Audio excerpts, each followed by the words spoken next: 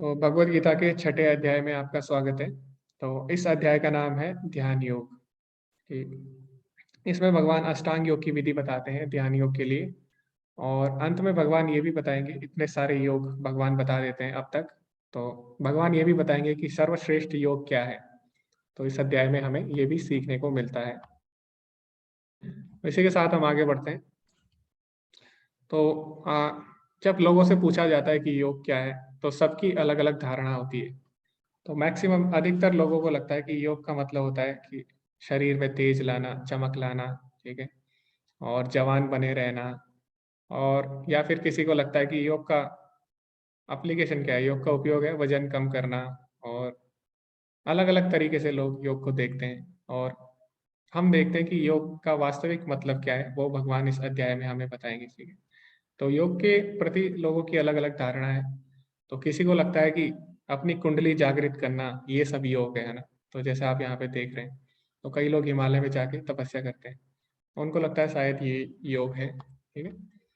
इसी प्रकार किसी को लगता है कि शायद अपना बैलेंस बनाना, ठीक है, इसको योग बोलते हैं ना। तो कई लोगों को ऐसे भी लगता है। और अलग अलग तरह से लोग क्रियाकलाप करते हैं, ठीक है।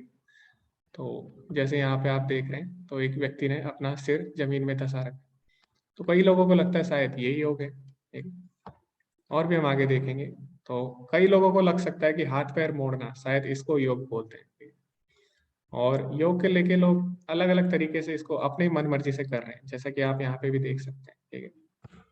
और इस तरह आप यहाँ पे भी देख सकते हैं इस पिक्चर में। तो यहाँ पे इनको लग रहा है कि शायद बैलेंस बनाना ये योग है। और इस तरह लोग अलग अलग तरीके से योग करते हैं और योग बहुत ही ज्यादा प्रचलित है, ठीक है। तो बहुत अच्छी बात है, योग प्रचलित है, लेकिन इसको लोग गलत तरीके से भी आजकल कर रहे हैं और सबकी अलग अलग अवधारणाएं हैं, ठीक है, योग को लेके। और इसके ऊपर काफी सारे लेख भी लिखे गए हैं, काफी सारी पत्रिकाएं भी लिखी जाती हैं। तो अलग अलग तरह यहाँ पे आप देख सकते हैं, yoga for physical mental health, ठीक है। चेयर योगा यानी कुर्सी योगा, बिल्ली के लिए योगा, ठीक है, प्रेगनेंसी के लिए योगा। इस तरह अलग अलग तरीके से लोग अपने विचार प्रकट करते हैं और अलग अलग तरीके से योग के ऊपर चर्चा करते हैं। लेकिन वास्तव में योग का अर्थ क्या है, वो भगवान इस अध्याय में हमें बताएंगे, ठीक है। तो हम ध्यान से इस अध्याय का अध्ययन करेंगे। श्री भगवान उवाच अनाश्रितः कर्म फलम कार्यम कर्मा करोति यः स सन्यासी च योगी च न निराग्नि च क्रियाः। श्री भगवान ने कहा, जो पुरुष अपने कर्म फल के प्रति अनासक्त है और जो अपने कर्तव्य का पालन करता है, वही सन्यासी और असली योगी है। वह नहीं जो ना तो अग्नि जलाता है और ना कर्म करता है। तो यहाँ पे योगी की परिभाषा भगवान क्या देते हैं, जो कि अपने कर्म फल के प्रति अनासक्त नहीं है और अपने कर्तव्य का पालन करता है, वही सन्यासी है और वही असली योगी है। तो चाहे योगी हो या सन्यासी, ठीक है, तो कर्म नहीं त्यागने होते, है ना। तो योग क्या है, योग यही है कि अपने कर्तव्यों का पालन करना सही से और निरासक्त भाव से, ठीक है। और इसीलिए भगवान चौथे अध्याय में बोलते हैं कि ये जो भगवत गीता का ज्ञान है, ये किससे दिया गया था, ये राज ऋषियों को दिया गया था, ठीक है। तो भगवान ऐसे बोलते हैं। तो ये राज ऋषियों को क्यों दिया गया था, क्योंकि जो राज ऋषि थे वो क्या करते थे, राजा भी थे, अपने कर्तव्य का पालन भी करते थे और भगवान के भक्त भी थे। तो वही वास्तव में असली योग है। भगवान बोले वो नहीं, अपने कर्तव्य को त्यागना योग नहीं है, अपने कर्तव्यों का निरासक्त भाव से, हाँ, निरासक्त भाव से उनका पालन करना ही असली योग है, ठीक है। तो इस प्रकार अनेक उदाहरण हुए, जैसे कि अम्बरीश महाराज का उदाहरण आता है इसमें, युधिष्ठिर महाराज का उदाहरण आता है। तो ये सब राज ऋषि थे, ठीक है। तो इस प्रकार से भगवान योग की परिभाषा देते हैं। और योग का अर्थ सब चीज त्यागना नहीं होता, योग का अर्थ है अपनी सारी इंद्रियों को भगवान की सेवा में लगाना, ठीक है। ऋषिकेन ऋषिकेश सेवनम, अर्थात सारी इंद्रियों को ऋषिकेश यानी भगवान कृष्ण की सेवा में लगाना, ठीक है।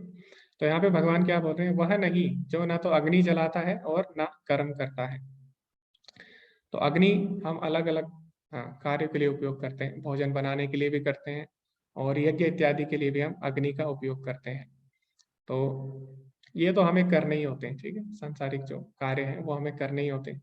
तो भगवान यही बोल रहे हैं कि उन्हें क्या करना है, उन कार्यों को निरासक्त भाव से करना है, भगवान से जोड़ते हुए जो कर रहा है वही वास्तव में असली योगी है। तो आगे भगवान इस अध्याय में बताएंगे कि अष्टांग योग क्या है। ठीक है, तो हमने अभी पढ़ा ध्यान योग, इस अध्याय का नाम है। तो इसमें भगवान जो विधि बताते हैं ध्यान योग की, वो कौन सी है, अष्टांग योग।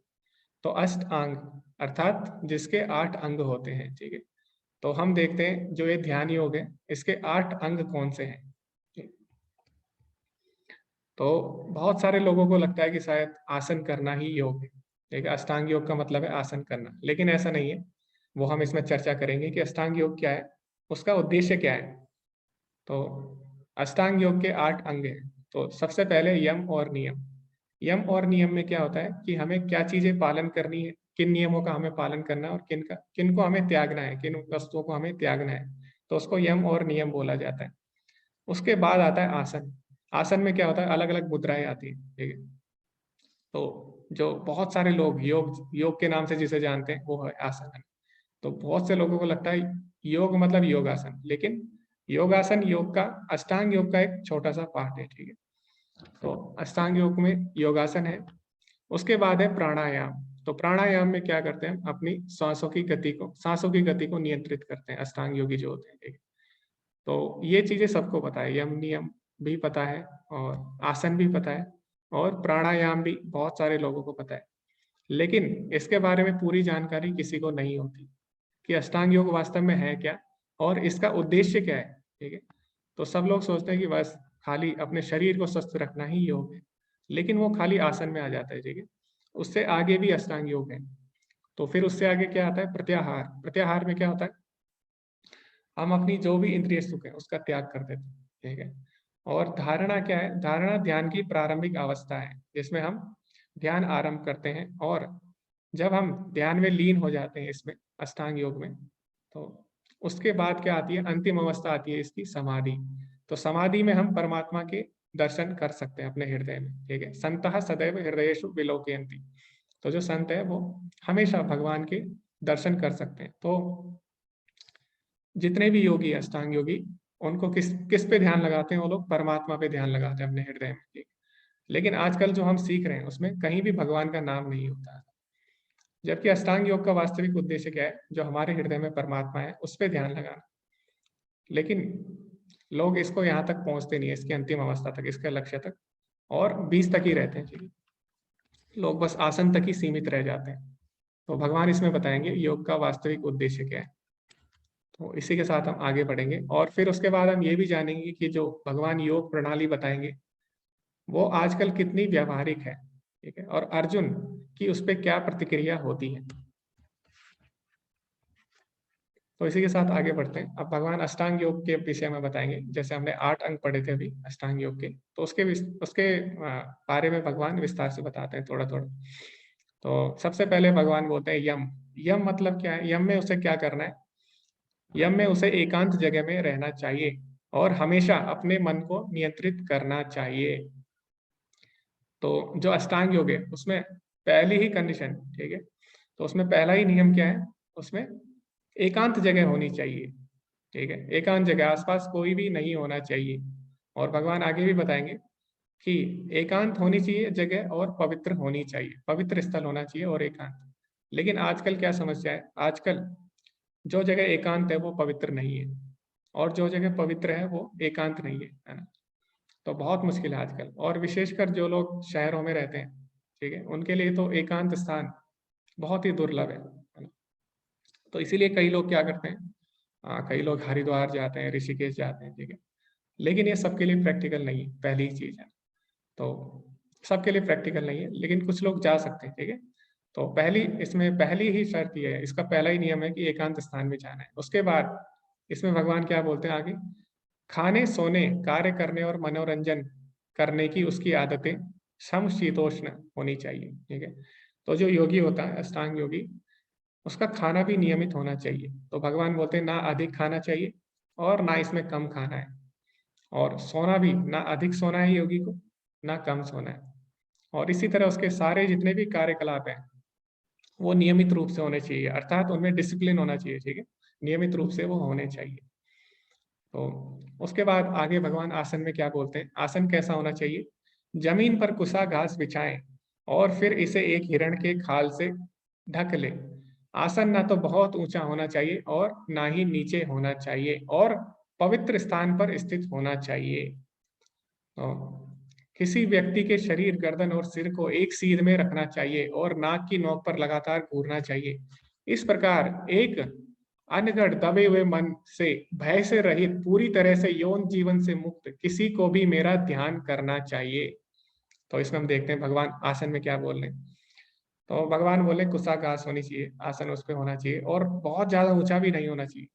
अब क्या होता है, कई लोग चट्टान में बैठ के करते हैं ना योगा, तो उसमें क्या है, उसमें भय बना रहता है, ठीक है, कि हो उसमें मन में भय बना रहता है और इसके कारण योग पे ध्यान नहीं जाता। तो आसन बहुत ऊंचा भी नहीं होना चाहिए, क्यों, क्योंकि उससे गिरने का डर रहता है। और आसन बहुत नीचे भी नहीं होना चाहिए, क्यों, क्योंकि उसमें कीड़े मकोड़े इत्यादि आ सकते हैं, ठीक है। तो इसीलिए आसन ना बहुत ऊंचा होना चाहिए ना ही नीचा होना चाहिए। और इसमें बोला गया है हिरण की खाल, तो पहले जमाने में क्या करते थे, तो हिरण की खाल का आसन होता था, ठीक। और तो इसका मतलब ये नहीं है हिरण को मार के आप योगासन करें, ऐसा नहीं है। तो जो मृत हिरण होते थे उनकी खाल से बनाया जाता था, ठीक है।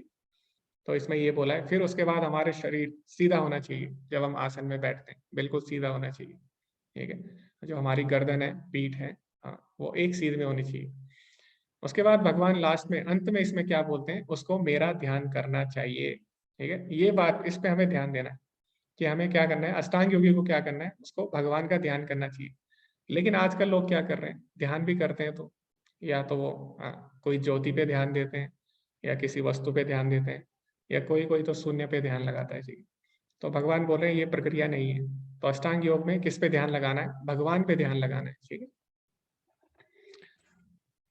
ओके, अभी हम आगे बढ़ते हैं। इसके बाद आगे क्या है, उसके बाद आता है प्राणायाम। तो प्राणायाम से क्या होता है, आने और जाने वाली श्वास की गति में रोकने का अभ्यास करें इस प्रकार, तो अंतिम रूप में आनंद की अवस्था में रहें। तो प्राणायाम में क्या होता है, जो हमारी श्वास होती है उसकी गति को हम नियंत्रित कर सकते हैं अष्टांग योग से, ठीक है। तो अष्टांग योगी यही करते हैं, वो अपनी श्वास को नियंत्रित कर सकते हैं। उसके बाद क्या होता है फिर इसमें, प्रत्याहार। तो प्रत्याहार में क्या होता है, भौतिक अस्तित्व की समाप्ति। तो प्रत्याहार जो है उसमें हमें भूलना होगा, अपना भौतिक अस्तित्व त्यागना होगा। जैसे कि अगर हम छात्र हैं तो हमें भूलना होगा हम छात्र हैं। अगर कोई जॉब करता है तो उसको भूलना होगा कि मैं जॉब करता हूँ, ठीक है। अगर कोई परिवार से जुड़ा है अपने तो उसको ये भी भूलना होगा, ठीक है। उसे सब चीज त्यागनी होगी प्रत्याहार में। तो अगर कोई राजा है तो उसको भूलना पड़ेगा कि मैं राजा हूँ, ठीक है। तो उसको सब अपना समस्त भौतिक अस्तित्व त्यागना होगा। लेकिन यहाँ पे क्या है, जो अर्जुन है वो क्या है, अभी राजा है, ठीक है। अगर अर्जुन ये करेगा तो वो युद्ध नहीं कर पाएगा ना, क्योंकि अभी भगवान उसको क्या बोल रहे हैं अर्जुन को, कि तुम अपना कर्तव्य करो, ठीक है, मेरे लिए कार्य करो। तो ये जो विधि है यहाँ पे, प्रत्याहार की जो अवस्था है, इसको हर कोई नहीं कर पाता है, ठीक है। तो हर कोई अपना अस्तित्व भूल के ध्यान नहीं कर सकता, है ना। तो इसीलिए जो भक्ति योग है वो श्रेष्ठ है, क्यों, क्योंकि हम उसमें अपना जो अस्तित्व है उसमें रहते हुए भी कार्य कर सकते हैं, ठीक है। उसके लिए सब चीज भूलने की आवश्यकता नहीं होती। उसके बाद जो इसमें अवस्था आती है वो है धारणा। धारणा में क्या होता है, उसकी मानसिक गतिविधियों को अनुशासित करता है और पारलौकिक स्थिति हो जाती है। सभी भौतिक इच्छाओं से रहित उसे योग प्राप्त करने के लिए कहा जाता है। तो जो धारणा होती है वो ध्यान की प्रारंभिक अवस्था है, ठीक है। और फिर उसके बाद ध्यान में क्या होता है, जैसे पवन रहित स्थान पर दीपक टिकता है, उसी तरह पारलौकिक व्यक्ति जिसका मन नियंत्रित रहता है वहां अपने ध्यान में हमेशा स्थिर रहता है। और उसके बाद आती है अंतिम अवस्था, वो होती है समाधि। तो समाधि में क्या होता है, सबसे बड़ी कठिनाई के बीच भी स्थिर रहता है। वह वास्तव में भौतिक संपर्क से तथा सभी दुखों से वास्तविक स्वतंत्रता है, ठीक है। तो सारे भौतिक संपर्क त्याग देता है अष्टांग योगी और संपूर्ण दुखों से मुक्त हो जाता है, क्यों, क्योंकि अब वो परमात्मा के दर्शन अपने हृदय में कर पाता है, ठीक है। तो परमात्मा से जुड़ जाता है। तो योग का अर्थ ही है जुड़ना, ठीक है। तो यहाँ पे जितने भी योग हैं उनका अर्थ है भगवान से जुड़ना। तो अष्टांग योग भी एक मार्ग है भगवान से जुड़ने का, और जो अंतिम अवस्था है जब योगी भगवान पे ध्यान करते हैं तो इस प्रकार वो भगवान के दर्शन कर सकते हैं अपने हृदय में परमात्मा रूप, ठीक है। तो ये था अष्टांग योग की विधि। अब इसको सुनने के बाद अर्जुन की क्या प्रतिक्रिया है वो हम देखेंगे, ठीक है। तो इसमें हम थोड़ी सी चर्चा भी करेंगे, तो आप लोग तैयार रहिएगा। अर्जुन उवाच योऽयं योगस्त्वा प्रोक्तः साम्येन मधुसूदन एतस्याहं न पश्यामि चंचलत्वा स्थितं स्थिराम। अर्जुन ने कहा, हे मधुसूदन, आपने जिस योग पद्धति का संक्षेप में वर्णन किया है वह मेरे लिए अव्यावहारिक तथा असहनीय है, क्योंकि मन चंचल तथा अस्थिर है। तो अर्जुन ने क्या किया, इतना सुनने के बाद, अष्टांग योग पूरा सुनने के बाद अर्जुन ने इसको रिजेक्ट कर दिया। ठीक है, अर्जुन ने बोला ये तो बिल्कुल भी अव्यवहारिक है। ठीक है, ये तो अव्यवहारिक है, मतलब ये प्रैक्टिकल ही नहीं है मेरे लिए, और असहनीय है, यानी बहुत ही कठिन है मेरे लिए। तो अर्जुन ने क्या किया, इस योग पद्धति को मना कर दिया। ठीक है, इसको रिजेक्ट कर दिया। तो मेरा क्वेश्चन यही है आप सबसे अभी कि अर्जुन जो था, तो 5000 साल पहले, ठीक है, तो 5000 साल पहले, हाँ, ना तो इंटरनेट था, ठीक है, तो यूट्यूब नहीं था, फेसबुक नहीं था, व्हाट्सएप नहीं था, उस समय टीवी भी नहीं था, उस समय गाने भी नहीं चलते थे ऐसे जैसे आजकल चल रहे हैं। ठीक है, तो उस समय डिस्ट्रैक्शन नहीं था, है ना, उस समय भ्रमित नहीं हो सकते थे आसानी से। लेकिन फिर भी अर्जुन ने इसको मना क्यों कर दिया, इस पद्धति को? तो आप लोग हैंड रेस कर सकते हैं, इस पर हम छोटी सी चर्चा कर सकते हैं, हमारे पास ज्यादा समय नहीं है, कि अर्जुन ने इस योग पद्धति को मना क्यों कर दिया। ठीक है, और फिर आखिर ये भी बता सकते हैं आप कि भगवान ने फिर इसको बोला ही क्यों भगवत गीता में, अगर मना ही करना था अर्जुन ने, तो इसको अष्टांग योग को फिर भगवत गीता में डाला ही क्यों?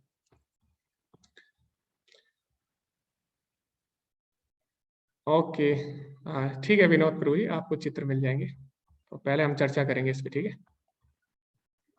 हरे कृष्णा विनोद प्रभु जी, आप बता सकते हैं इसके विषय में कि अर्जुन ने मना क्यों किया इसको? और नमस्कार महोदय। जी जी। सभी को राधे राधे। महोदय जी, इसमें योग की जो पद्धति है वो बहुत भारतीय दर्शन के अनुसार बहुत प्रकार की है। और जैसे कि योग, जैसे कि मैं योग पर उच्च स्तरीय छात्रों पर मैं योग के प्रभाव की मैंने शोध भी कर रहा हूँ, तो मैं योग के स्वरूप में आपको बात बताना चाहता हूँ जो भारती कृष्ण महोदय के द्वारा है, भगवता सह व्यक्तम एव योग है। और योग स्वरूप है जो वो मोक्ष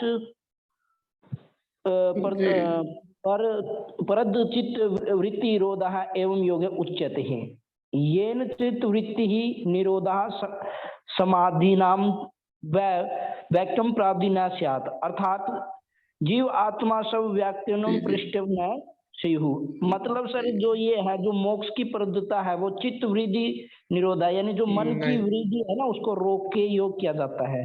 जी जी, अभी हमारे पास ज्यादा समय नहीं है प्रभु जी, तो आप ये बताइए कि इसमें अर्जुन ने मना क्यों किया है, और अगर मना ही करना था तो भगवान ने इसको भगवत गीता में क्यों बोला है? और तो मेरा इसलिए क्वेश्चन महोदय जी, जीवात्मा सब वास्तव में न प्रतिष्ठती। जो हमारी जो जीवात्मा है ना वो हमेशा सब वास्तविक नहीं रहती और उसकी प्रतिष्ठा नहीं होती, इसलिए उन्होंने इसको मना किया। क्योंकि हम समाधि एक समय तक लगा सकते हैं, 2 समय तक लगा सकते हैं, लेकिन वो जो जीव हमारे अंदर आत्मा है वो स्वरूप नहीं है। वो आज मेरे अंदर है, फिर मेरी आत्मा जो फिर जब मेरे पूरा आयु हो जाएगी और वो जो जीव आत्मा मेरा शरीर छोड़कर दूसरे में चली जाएगी, क्योंकि वो सब वास्तविक नहीं है। इसलिए उन्होंने कहा कि जो ये योग पद्धति। जी जी, धन्यवाद प्रभु जी। तो इसमें हमें जल्दी जल्दी हम आंसर देंगे।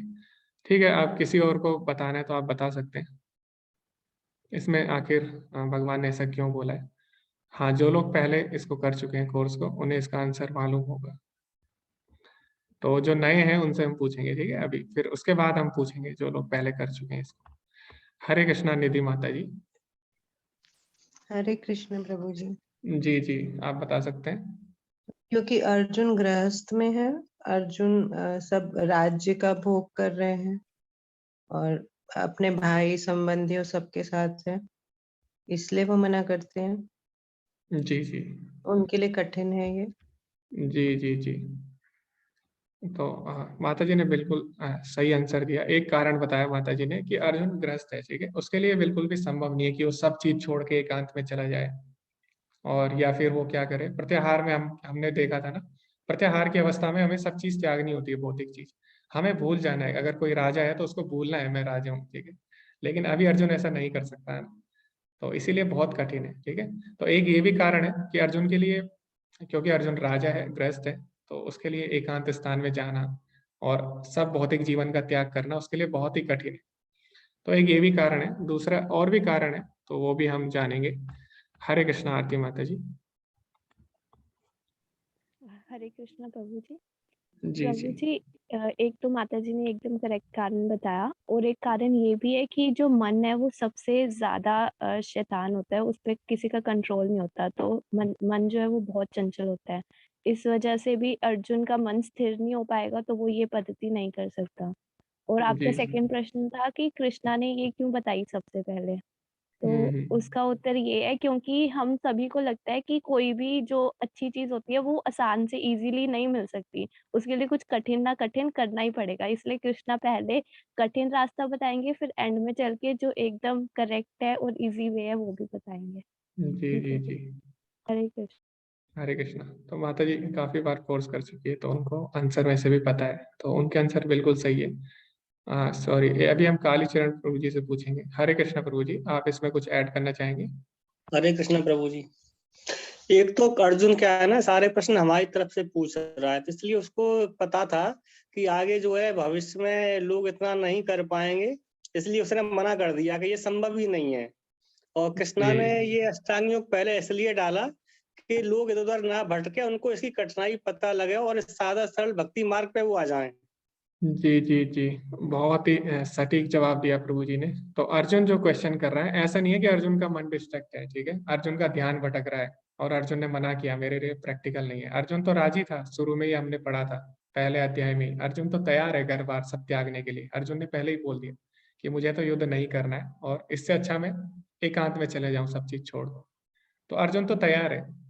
लेकिन अभी अर्जुन जो क्वेश्चन पूछ रहा है, प्रश्न अर्जुन हमारी तरफ से पूछ रहा है, ठीक है। ऐसा नहीं है कि अर्जुन बहुत ज्यादा आसक्त है अपने परिवार से या अपने राज्य से। तो अर्जुन ने ये प्रश्न हमारे लिए किया, कलयुग के लोगों के लिए, ठीक है, ताकि हमें पता लग सके कि बाकी जो मार्ग है वो उनके बारे में हमें पता लग सके, और अंत में हमें ये पता लग सके कि सबसे सरल मार्ग कौन सा है, ठीक है, सबसे आसान मार्ग कौन सा है। तो भगवान ने यहाँ पे हमें सब चीजें बताई है, सारे योग बता दिए।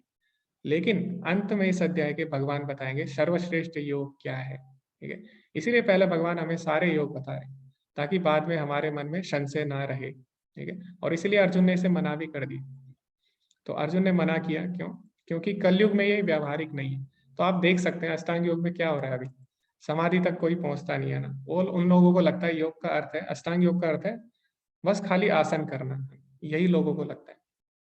तो इस कारण वो जो अष्टांग योग का मेन उद्देश्य है वहां तक पहुंच ही नहीं पाते कभी, ठीक है।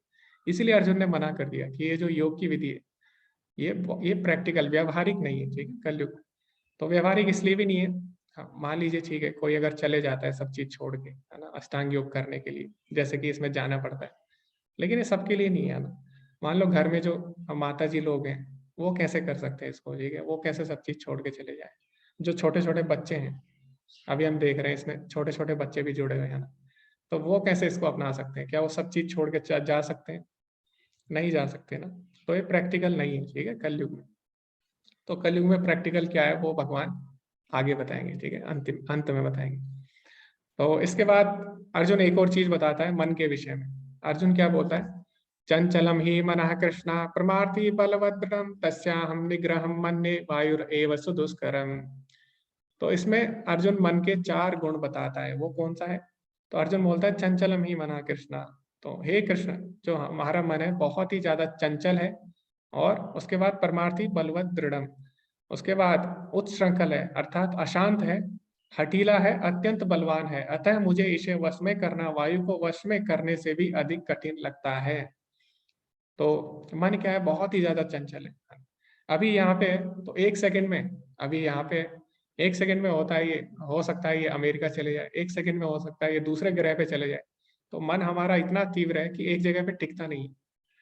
तो उसके बाद अगर किसी तरह हम एक जगह पे इसको टिका भी दे, लेकिन इसका जो दूसरा गुण है वो क्या है? अशांत, उच्छृंखल, एक जगह पे टिकता नहीं है, अशांत रहता है, शांति नहीं मिलती इसे एक जगह पे, ठीक है, फिर भी भटकता रहता है।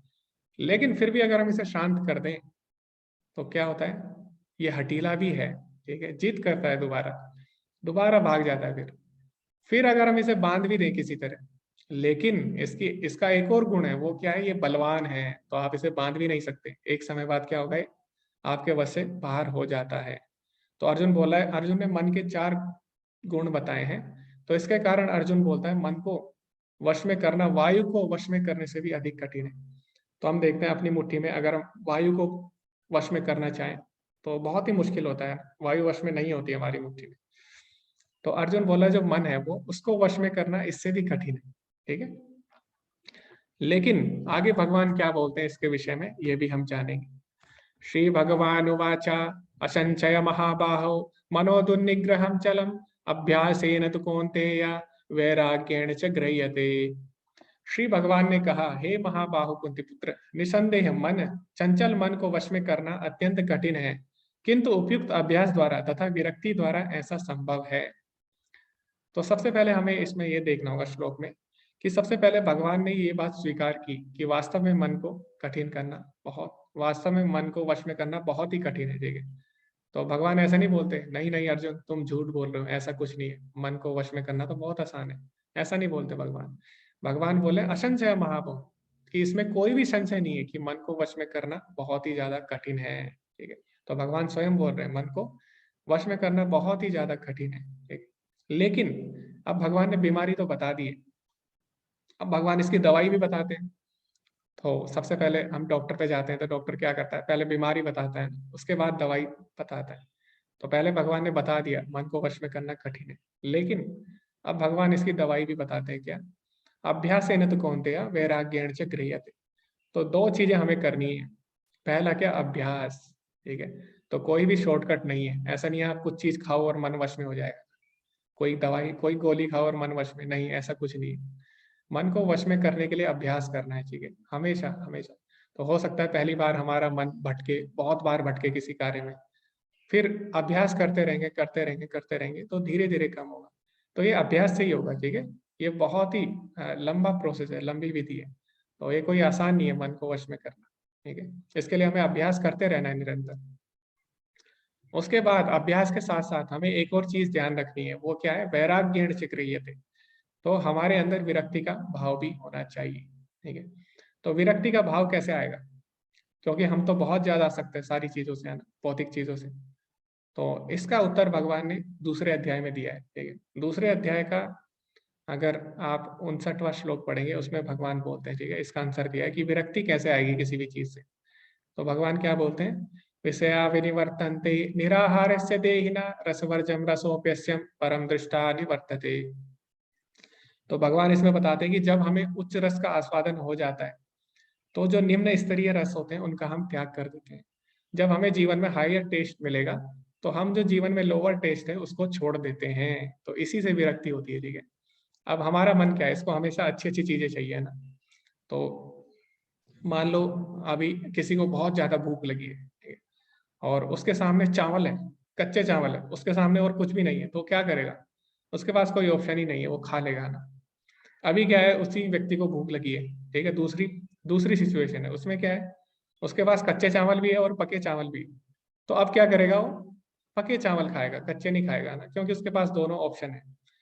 अब फिर तीसरी कंडीशन है, उसमें क्या होता है, उसमें एक व्यक्ति है, उसको भूख लगी है, उसके पास कच्चे चावल भी है, उसके पास पके चावल भी है, और उसके पास पुलाव भी है। एक पुलाव में क्या है, ड्राई फ्रूट्स है और अच्छी अच्छी चीजें हैं, घी भी है और दही भी है, सब चीजें उसमें। तो अब वो क्या करेगा? अब वो पुलाव खाएगा, है ना, नीचे वाली चीजें नहीं खाएगा। तो जब व्यक्ति को क्या होता है, हायर टेस्ट मिल जाता है तो वो लोअर टेस्ट भूल जाता है, ठीक है। तो इसी प्रकार जब हम अपने मन को हायर टेस्ट, उच्च रस देंगे तो हमारा मन क्या करेगा, जो निम्न स्तरीय जो रस है उनका अपने आप त्याग कर देता है। इसी को विरक्ति बोलते हैं। और सबसे ऊंचा रस क्या है? भगवान की भक्ति, रसो वैसा, ठीक है। तो भगवान क्या है? रसराज, है ना। तो जब हम भगवान से जुड़ जाते हैं तब हम वास्तविक रस को प्राप्त कर सकते हैं, ठीक है। तो जब हमें उच्च रस का आस्वादन हो जाएगा, जब हम भक्ति करेंगे, भगवान से जुड़ेंगे, उसके बाद जो निम्न स्तरीय रस है, ठीक है, जो सांसारिक कार्य है, जो भौतिक कार्य है, उनमें हमारी रुचि नहीं रह जाती, ठीक है। फिर हम उसको भी भगवान से जोड़कर करना चाहते हैं। जैसे अर्जुन है यहाँ पे, अर्जुन युद्ध नहीं करना चाहता था, उसको लगता था कि ये जो कार्य है संसार से बांध देगा, सांसारिक कार्य, लेकिन फिर भगवान ने उसे बताया कि तुम किस तरह से भगवान से जुड़कर कार्य कर सकते हो, ठीक है। और इस तरह क्या होता है, जब हम भगवान के लिए कार्य करेंगे तो जो गलत कार्य है वो अपने आप ही छूट जाते हैं, ठीक है। तो आप करिए, एक बार प्रयास करिए, आपको खुद ही इसका अनुभव हो जाएगा, ठीक है। तो आगे हम बढ़ते हैं फिर इसी के साथ। तो भगवान ने इसमें दो चीजें बताई हैं, अभ्यास और वैराग्य। तो अभी क्वेश्चन ये आता है कि जो मन है आखिर वो है क्या, वो हमारा मित्र है या शत्रु है। तो कई लोग बोल सकते हैं मन तो हमारा मित्र है। क्यों? क्योंकि हमारा मन कर रहा है अच्छी चीजें करने का, तो हम कर रहे हैं। कई लोग बोल सकते हैं कि नहीं, मन तो हमारा शत्रु है, क्योंकि कभी कभी क्या करता है कि हमें धोखा दे देता है, ठीक है, गलत चीजें हमसे कराता है। तो वास्तव में हम जानेंगे कि भगवान का क्या मत है इसके विषय में, मन हमारा मित्र है या शत्रु है, ठीक है। तो भगवान क्या बोलते हैं आगे, इसमें भगवान क्या बोलते हैं आगे वो हम पढ़ेंगे। तो सबसे पहले यहाँ पे उदाहरण देखेंगे हम।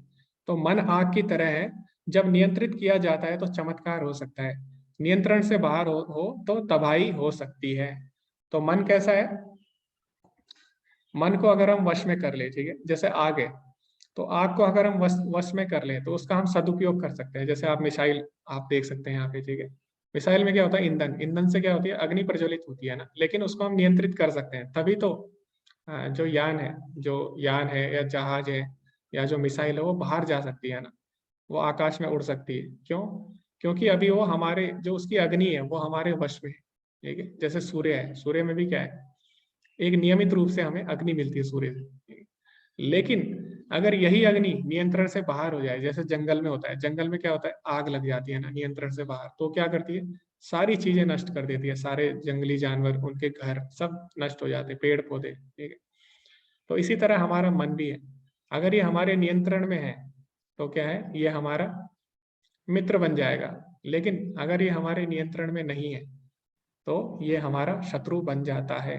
तो यही बात भगवान इसमें बोलते हैं इस श्लोक में, बंधुरात्मा आत्मनस्तस्या येन आत्मनैवात्मना जितः अनात्मनस्तु शत्रुत्वे वर्तितात्मैव शत्रुवत्। जिसने मन को जीत लिया है उसके लिए मन सर्वश्रेष्ठ मित्र है, किंतु जो ऐसा नहीं कर पाया इसके लिए मन सबसे बड़ा शत्रु बना रहेगा। तो जिसने मन को वश में कर लिया उसके लिए मन मित्र है, और जिसने नहीं किया उसके लिए शत्रु है। तो जैसे कि मान लो आपको सुबह उठना है, ठीक है, और सुबह उठ के आपको, किसी को हो सकता है एक्सरसाइज करनी हो, सभी लोग चाहते हैं हम सुबह उठ के अच्छी अच्छी एक्सरसाइज करें, अभ्यास करें, ठीक है। तो लेकिन ऐसा होता नहीं है ना। तो कई लोग होता है अलार्म लगाएंगे, वो 4 बजे का अलार्म लगाते हैं, ठीक है, बोलते हैं हम लोग ब्रह्म मुहूर्त में उठेंगे और हम लोग एक्सरसाइज करेंगे, ठीक है, कसरत करेंगे और अनेक अनेक चीजें करेंगे। लेकिन क्या होता है, जैसे ही अलार्म बजता है तो मन क्या बोलता है, मन बोलता है अभी तो अंधेरा है, ऐसा करते हैं थोड़े आधे घंटे बाद उठेंगे, ठीक है। तो फिर वो क्या करेगा, अलार्म चेंज करेगा, 4:30 का कर देगा। उसके बाद वो उठेगा 4:30 बजे, फिर वो सोचेगा अभी तो ठीक है 5 बजे भी करेंगे तो अभी बहुत समय है, आधे घंटे में हो जाएगा, तो इतनी जल्दी उठने की जरूरत नहीं है। फिर वो क्या करेगा, 6 बजे का कर देगा उसको। फिर 6 बजे उठेगा तो वो सोचेगा कि ऐसा करते हैं कल से ही स्टार्ट करते हैं, आज तो थोड़ा लेट हो गया शायद, ऐसा लग रहा है। तो अब जो मन है यहाँ पे क्या कर रहा है, अब मन उसका शत्रु बन चुका है, ठीक है, क्योंकि मन वश में नहीं है ना। लेकिन जिसने मन को वश में कर लिया उसके लिए क्या है, वो तुरंत उठ जाएगा, तुरंत अपने कार्य आरंभ कर देगा। तो इसी तरह भगवत गीता का कोर्स है, ये भी ऐसी है, ठीक है। तो इसमें क्या होता है, सुबह उठना बहुत ही मुश्किल होता है। तो किसी किसी का मन कहता है कि ठीक है, क्या होता है, 5:45 बजे कीर्तन होता है, तो अभी ठीक है हम लोग 6 बजे ज्वाइन करेंगे, ऐसा बोलते हैं। उसके बाद वो लोग 6 बजे आते हैं, 6 बजे का अलार्म बजता है उनका। फिर वो लोग सोचते हैं कि ठीक है ऐसा करते हैं हम लोग, रिकॉर्डिंग भी तो आती है ग्रुप में, है ना, तो हम लोग रिकॉर्डिंग देख सकते हैं, ऐसा भी वो लोग बोलते हैं। उसके बाद वो आते ही नहीं, ठीक है, सो जाते हैं। तो यहाँ पे मन क्या कर रहा है, यहाँ पे मन हमारा शत्रु बन रहा है ना, हमें रोक रहा है अच्छे कार्य करने से, ठीक है। तो जिसके वश में नहीं है मन, वो उसका शत्रु बन जाएगा, ठीक है। लेकिन जिसने इसको वश में कर लिया उसके लिए मित्र हो गया, ठीक है। जो डेली आ रहे हैं उनको पता है ये चीज, ठीक है, और वो लोग क्या कर रहे हैं, जो नियमित रूप से आ रहे हैं वही लोग आगे तक जुड़े रहते हैं ना, वो 4-5 बार कोर्स कर रहे हैं। तो इस प्रकार उनका मन अभी उनका मित्र बन चुका है, ठीक है। तो आज वैसे भी संडे है, संडे के दिन भी मन ये बोलता है कि अरे एक ही तो दिन मिलता है हफ्ते में, ठीक है, आज आराम नहीं करेंगे तो फिर क्या होगा। तो फिर उनके मन में ऐसे ऐसे विचार आने लगते हैं, ठीक है। तो संडे को और भी लोग कम आते हैं, तो ये होता है। तो यहाँ पे मन क्या कर रहा है, हमारा शत्रु बन रहा है, ठीक है। तो इसीलिए हमें समझना है इस चीज को। आगे फिर अर्जुन का जो क्वेश्चन है वो बहुत ही महत्वपूर्ण है और बहुत ही अच्छा अर्जुन ने प्रश्न पूछा है। तो कई कई जगह अर्जुन ने ऐसे ऐसे प्रश्न पूछे हैं कि उनको सुन के ही बहुत खुशी होती है, ठीक है। तो यहाँ पे भी अर्जुन ने यही प्रश्न पूछा। तो अर्जुन क्या पूछता है, अयति श्रद्धा योपेतो योगा चलित मानसा अप्राप्य योग संसिद्धि काम गति कृष्ण गच्छति। तो अर्जुन पूछता है उस योगी की गति क्या होती है जो कि असफल हो जाता है। तो अर्जुन ने कहा, हे कृष्ण, उस असफल योगी की गति क्या है जो प्रारंभ में श्रद्धा पूर्वक आत्म साक्षात्कार की विधि ग्रहण करता है किंतु बाद में भौतिकता के कारण उससे विचलित हो जाता है और योग सिद्धि को प्राप्त नहीं कर पाता। तो कोई भी योग हो, ठीक है, यहाँ पे सारे योग की बात हो रही है और आत्म साक्षात्कार के लिए हम लोग उसमें आगे बढ़ते हैं किसी भी योग में। तो अर्जुन बोला है कि मान लीजिए हम आत्म साक्षात्कार के मार्ग में आगे बढ़ रहे हैं प्रारंभ में और हम योग की अंतिम अवस्था तक नहीं पहुंच पाए, ठीक है। और हम क्या होता है हमारे साथ, किसी कारण हम बीच में ही फंस जाते हैं। तो किसी कारण हो सकता है हमारी संगति खराब हो या हो सकता है हमारा मन वश में ना हुआ हो या कोई भी कारण हो सकता है, ठीक है, कोई ऐसी परिस्थिति आ जाए। तो ऐसे में क्या होगा, मान लीजिए कोई भक्ति कर रहा है, तो शुरू में वो भक्ति कर रहा है लेकिन बीच में किसी कारण से उसकी भक्ति छूट गई, तो अब उसका क्या होगा। तो ना तो घर का रहेगा, ऐसा हो सकता है ना, तो ना तो घर का रहेगा ना घाट का, ना तो वो भगवान को पाएगा ना माया को पाना, तो बीच में फंस गया वो अब, ठीक है। तो अर्जुन बोलता है ऐसे लोगों का क्या होता है कि जो किसी कारण असफल हो जाते हैं, ठीक है।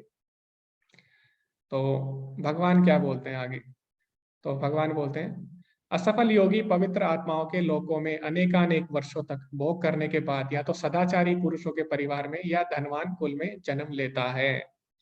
तो भगवान बोलने की जो कोई भी हो, ठीक है, कोई भी अगर मेरे से जुड़ना चाहता है तो उसका कभी भी नाश नहीं होता, ठीक है। तो जो भक्ति है, भक्ति भी यही है, भक्ति का कभी भी नाश नहीं होता, ठीक है। भले ही आप 1% भक्ति करो, 2% करो इस जन्म में, क्या होता है अगले जन्म में वो कंटिन्यू हो जाती है, ठीक है। तो संसार में आप भौतिक संसार में कोई भी कार्य करो, मान लो आप पढ़ाई कर रहे हो, ठीक है, और आपने मान लो PhD भी कर लिया ना, लेकिन आपका अगला जन्म होगा तो आपको शुरू से पढ़ना पड़ेगा, आपको स्कूल जाना पड़ेगा दोबारा से, उसके बाद फिर दोबारा से आपको बैचलर, ठीक है, मास्टर सब करना पड़ेगा, फिर PhD मिलेगी आपको। लेकिन भक्ति में ऐसा नहीं है। भक्ति में अगर आप फेल भी हो जाते हो, भगवान ने क्या बोला था दूसरे अध्याय में, नेहा भी कर्म ना स्वस्ति प्रतिवायो न विद्यते। ये जो भक्ति का मार्ग है इसमें कोई भी हानि नहीं है, ठीक है, इसमें थोड़ी भी प्रगति महान भय से रक्षा करती है। तो भक्ति को भगवान कभी भी नहीं भूलते। अगर आपने 1% भी भक्ति की है तो अगले जन्म से क्या होता है वो कंटिन्यू हो जाती है, ठीक है। तो यहाँ पे भगवान यही बोलते हैं कि जो प्रारंभ में फेल हो जाता है, प्रारंभ में असफल हो गया कोई, तो क्या करेगा, अनेक वर्षों तक वो पहले उच्च लोकों में जाएगा, स्वर्ग में जाएगा, इत्यादि ग्रहों में जाएगा। उसके बाद क्या होता है, वहां पे कुछ देर भोग करने के बाद, जैसे मैंने आपको बताया था कि जो स्वर्ग होता है वो भी टेम्पररी होता है, ठीक है, वो भी शाश्वत नहीं है, अशाश्वत है। तो वहां पे भोग करने के बाद क्या होगा, फिर उसका अगला जन्म जो होगा वो सदाचारी पुरुषों के परिवार में होगा या धनवान कुल में, जहाँ पे वो भक्ति में आगे बढ़ सके, ठीक है। और जो दीर्घ काल तक भगवान की भक्ति कर रहा है उसके बाद अगर कोई असफल होता है तो उसका क्या होगा, अथवा दीर्घ काल तक योग करने के बाद असफल रहे तो वह ऐसे योगियों के कुल में जन्म लेता है जो अति बुद्धिमान है, निश्चय ही इस संसार में ऐसा जन्म दुर्लभ है। तो जो बहुत समय तक भक्ति करके अगर कोई फेल होता है तो उसका जन्म कहाँ पे होगा, उसका जन्म होगा वैष्णव परिवार में, जहाँ पे सब लोग भक्त हैं, ठीक है। और इससे क्या होगा, वो अपनी भक्ति जल्दी से आगे बढ़ा पाएगा। तो आप देख सकते हैं अभी यहाँ पे छोटे छोटे बच्चे हैं, ठीक है, ध्रुव है, मंत्रिता है, और भी बच्चे हो सकते हैं छोटे छोटे। तो इन लोगों का जन्म अभी हुआ है वैष्णव परिवार में, ठीक है। तो कहीं ना कहीं इन्होंने पहले बहुत ज्यादा भक्ति की होगी, है ना, तभी तो अभी इन्हें ऐसा वातावरण मिल पा रहा है कि ये लोग आगे भक्ति कर पा रहे हैं अपनी आसानी से। वरना सबके लिए भक्ति इतनी आसान नहीं है ना, किसी के परिवार वाले सपोर्ट नहीं करते या किसी की परिस्थिति ऐसी नहीं है, लेकिन इनके साथ ऐसा हो रहा है। तो इसका कारण भगवान यही बताते हैं, ठीक है, कि जो लोग दीर्घ काल तक भक्ति करते हैं और किसी तरह सफल हो जाते हैं तो अगला जन्म जो होता है उनका ऐसे कुल में होगा जहाँ पे वो अच्छे से भक्ति कर पाए, ठीक है, और भक्ति में इस जन्म में आगे बढ़ पाए और भक्ति को पूरा कर सके। तो भगवान भी हमें भक्ति में क्या करते हैं, भगवान भी हमारा साथ देते हैं, ठीक है। तो भगवान इस तरह से व्यवस्था करते हैं अपने भक्तों के लिए। तो इतना सब कुछ पढ़ने के बाद अब क्वेश्चन ये आता है कि वास्तव में योगी कौन है, सर्वश्रेष्ठ योगी कौन है? तो कोई बोल सकता है भगवत गीता तो कर्म योग बता दिए, ठीक है, भगवत गीता बोलती है कर्म करो, कर्म ही पूजा है ना, तो वैसे कर्म ही पूजा तो नहीं है, ये हम चर्चा कर चुके हैं इस पे। तो कई लोग बोल सकते हैं, कई लोग हो सकते हैं वो बोले कि ज्ञान योग श्रेष्ठ है भक्ति, कई लोग बोल सकते हैं कि भगवत गीता में ज्ञान योग श्रेष्ठ है, इसी तरह कई लोग बोल सकते हैं कि भगवत गीता में अष्टांग योग सबसे श्रेष्ठ है, ठीक है। तो इस तरह सबके अलग अलग मत हो सकते हैं, लेकिन भगवत गीता में क्या श्रेष्ठ है और कौन सी विधि सबसे महत्वपूर्ण है वो हम नहीं बता सकते, वो कौन बता सकता है? स्वयं भगवान बता सकते हैं, ठीक है। तो भगवान जो बोलेंगे हमें वही स्वीकार करना हो, क्यों? क्योंकि भगवान की बुद्धि हमसे ज्यादा है, ठीक है। तो इस पर हम चर्चा करेंगे आगे कि भगवान क्या बोलते हैं अंत। तो सबसे पहले जानते हैं योगा लेटर। तो इसके बारे में हम 12वें अध्याय में चर्चा करेंगे। इसको योगा लेटर बोलते हैं, योगा की सीढ़ी। तो योगा की सीढ़ी जो होती है उसमें प्रारंभिक अवस्था जो होती है उसको बोलते हैं योग रुरुक्षु, ठीक है। रुरुक्षु मतलब प्रारंभिक अवस्था। तो उसमें क्या होता है, उसमें हम लोग भगवान के लिए कर्म करते हैं अपनी इंद्रियों से, ठीक है। तो जब हम भगवान के लिए कर्म करना आरंभ करते हैं उससे क्या होता है, उससे हम चीजों को समझ सकते हैं। जैसे भगवत गीता है, श्रीमद् भागवतम है, उसके हम भगवान की लीलाओं को, भगवान की शिक्षाओं को समझ सकते हैं जब हम भगवान के लिए कार्य करना आरंभ करते हैं। उसके बाद क्या होता है, हम ज्ञान योग में पहुंचते हैं जब हम भगवान के विषय में जानना आरंभ कर देते हैं। और जब हम भगवान के बारे में ज्ञान हमें प्राप्त हो जाता है, तो जब किसी चीज के बारे में हमें ज्ञान होता है तो हम उसका अच्छे से ध्यान कर सकते हैं, ठीक है। तो जब भगवान विषय का हमें ज्ञान हो जाता है उसके बाद हम अष्टांग योग, जिसमें क्या होता है हम ध्यान करते हैं भगवान का, तो भगवान का ध्यान और अच्छे से हो सकता है, ठीक है। और अंतिम जो अवस्था आती है वो कौन सी आती है, भक्ति योग की, ठीक है, जिसमें हम क्या करते हैं, तो कर्म योगी अपनी इंद्रियों से भगवान की सेवा करता है। ज्ञान योगी जो होता है अपनी बुद्धि से, अष्टांग योगी अपनी मन से करता है। लेकिन जो भक्त है, भक्ति जो है उसमें क्या होता है, उसमें भक्त अपने पूरी आत्मा न्यौछावर कर देता है, ठीक है। तो अपना मन, इंद्रिया, सब कुछ, बुद्धि, सब कुछ भगवान में लगा देता है, ठीक है। ये हम 12वें अध्याय में पढ़ेंगे इसके विषय में। तो भगवान बोलते हैं मयि आवेश मना आदत सा मयि बुद्धिम निवेशय। तो भक्ति योग में क्या होता है, भगवान में मन और बुद्धि सब लगा देते हैं। और फिर भगवान ये भी बोलेंगे 10वें अध्याय में कि जो भगवान के भक्त होते हैं वो क्या करते हैं, मत चित्ता मत गत प्राणा, अर्थात भगवान में मन तो उनका लगा ही रहता है लेकिन वो भगवान को अपने प्राण भी दे देते हैं। तो ये भक्ति योग है, ठीक है, अंतिम अवस्था। तो ये योगा की सीढ़ी है, इसको हम 12वें अध्याय में पढ़ेंगे। 12वें अध्याय में भगवान इसको विस्तार से समझाएंगे। तो इसके बाद भगवान बताते हैं कि वास्तव में सर्वश्रेष्ठ योग कौन सा है। तो वो भगवान इस अध्याय में बताते हैं। 1 मिनट में चार्जर ऑन कर। तो अंत में इतने योग बताने के बाद, ठीक है, अंत में इतने सारे योग बताने के बाद भगवान बोलेंगे कि कौन सा योग श्रेष्ठ है। तो अभी तक भगवान ने कर्म योग बताया और उसके बाद भगवान ने ज्ञान योग भी बताया, अष्टांग योग भी बता दिया। लेकिन सबसे आसान मार्ग कौन सा है और सर्वश्रेष्ठ योगी क्या है, कौन है, वो भगवान इस श्लोक में बता देते हैं। तो भगवान क्या बोलते हैं, योगिनाम अपि सर्वेषां मद्गतेनन्तरात्मना श्रद्धावान भजते यो माम समे युक्ततमो मतः। और समस्त योगियों में जो योगी अत्यंत श्रद्धा पूर्वक मेरे परायण है, अपने अंतःकरण में मेरे विषय में सोचता है और मेरी दिव्य प्रेमा भक्ति करता है, वह योग में मुझसे परम अतरंग रूप में युक्त रहता है और सबों में सर्वोच्च है, यही मेरा मत है, ठीक है। तो भगवान का मत क्या है, योगी नाम अभी सर्वेशाम, अर्थात सारे योगियों में सबसे श्रेष्ठ कौन है, मद गतेन अंतरात्मना, अर्थात जो अपने मन में हमेशा भगवान का ध्यान करता है, श्रद्धावान भजते, तो श्रद्धा पूर्वक भगवान की सेवा करता है। तो यहाँ पर जो भजते है, ठीक है, भजते शब्द कहाँ से आया, भज धातु से आया संस्कृत की। तो भज का मतलब होता है सेवा करना, ठीक है। तो जो श्रद्धा पूर्वक भगवान के परायण है, ठीक है, वही योगियों में सबसे श्रेष्ठ है। भगवान बोल रहे हैं ऐसा मेरा मत है, ठीक है। तो जो श्रद्धा पूर्वक भगवान की भक्ति कर रहा है वही सर्वश्रेष्ठ योगी है, ये भगवान ने अंत में बोल दिया है, ठीक है। तो इसी के साथ ये अध्याय समाप्त होता है और अभी भगवत गीता के 6 अध्याय हो चुके हैं, ठीक है। तो जो प्रारंभ के 6 अध्याय हैं वो हमें क्या बताते हैं, कर्म योग के विषय में बताते हैं अधिकतर। तो इसीलिए जो प्रारंभ के 6 अध्याय हैं उन्हें कर्म योग प्रधान बोला गया है। लेकिन अभी जो कल से अध्याय आरंभ होने वाले 7 से लेके जो अध्याय हैं 12 तक, वो हमें शुद्ध भक्ति के बारे में बताएंगे। इसीलिए अभी भगवान ने यहाँ पे क्या कर दिया, भगवान ने हमें एक हिंट दे दिया, ठीक है, एक संकेत दे दिया, है ना, भक्ति योग के विषय में। तो कल से भगवान भक्ति योग के विषय में बोलना आरंभ करेंगे, ठीक है।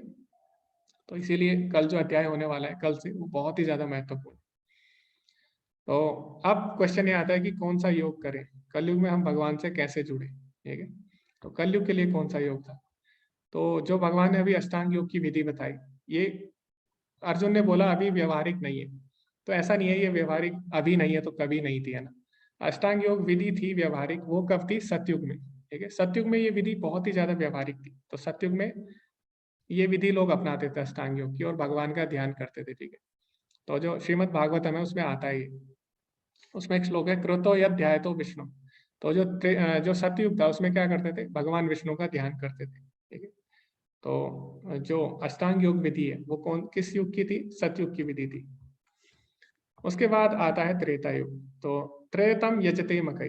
तो त्रेता युग में हम भगवान से किस प्रकार जुड़ते थे, अनेक अनेक यज्ञ करके, बड़े बड़े यज्ञ करके, ठीक है। और जो द्वापर युग है उसमें क्या करते थे, द्वापर एक परिचार्य है, तो द्वापर में हम भगवान के अर्च वगैरह सेवा करते थे, बड़े बड़े मंदिर बना के उनकी सेवा करते थे।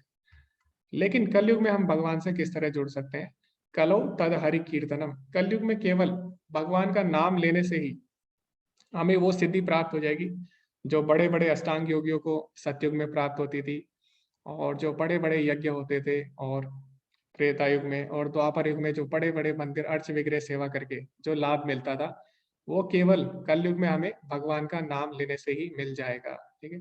तो हमें कलयुग में कौन सी विधि अपनानी है, इसको युग धर्म बोलते हैं, ठीक है। और कलयुग का युग धर्म क्या है, भगवान का नाम लेना, भगवान के नाम का जप करना। तो शास्त्रों में अनेक बार आता है, ठीक है, कि कलयुग में क्या करना है, केवल भगवान के पवित्र नाम का जप करना है। तो इस तरह ये शास्त्रों में आता है, हरेर नाम हरेर नाम एव केवलम, कलौ नास्तेव नास्तेव नास्तेव गतिर अन्यथा। कि कलयुग में क्या है, केवल हरेर नाम हरेर नाम एव केवल, ठीक है, केवल हरि का नाम, केवल हरि का नाम और केवल हरि का नाम। तो यहाँ पे 3 बार बोला गया है, क्यों, क्योंकि जब हम 3 बार किसी चीज को बोलते हैं तो इसका मतलब ये है कि वो बहुत ज्यादा महत्वपूर्ण है। तो आपने देखा होगा, सीरियल देखते होंगे जो लोग, उसमें अगर कोई डायलॉग है, अगर वो 3 बार आ जाता है, इसका मतलब क्या है, वहां पे बहुत ही ज्यादा जोर दिया जा रहा है ना। तो इसी प्रकार यहाँ पे 3 बार बोला गया है, ठीक है, केवल हरि का नाम, केवल हरि का नाम, केवल हरि का नाम। इसका मतलब कलयुग में बहुत ज्यादा महत्वपूर्ण है भगवान का नाम लेना, ठीक है।